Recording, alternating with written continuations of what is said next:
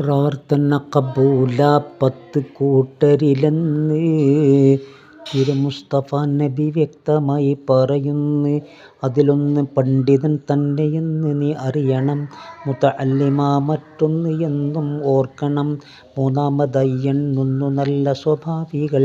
അതുപോലെ തന്നെ യതീം 5 രോഗികൾ.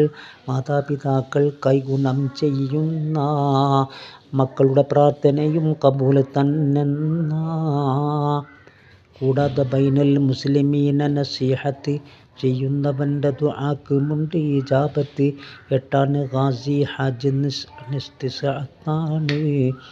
സൗജിന് മുത്തിഅത്തായ സ്ത്രീ 10. ഇതുപോലെ റാസിയിൽ നോക്കിയാൽ കാണുന്നതാ 268 ഒന്നിൽ വന്നതാ. ഖന്നാസിനോട് സുജൂദിനാജ്ഞ കൊടുക്കലായി ധിക്കാരമായി തന്നവനതും ത്യജിക്കുന്നതായി അവനോട് എതിർത്തും കൊണ്ട് 1-ന് 2 എന്നുള്ള രീതിയിൽ ഇന്ന് നാം ചെയ്യുന്നതാ. സുജൂദ് 2 വന്ന യുക്തിയിൽ 1 ഇത്ഹാഫിലുണ്ട്, ഇത് നോക്കിയാൽ കാണുന്നതാ.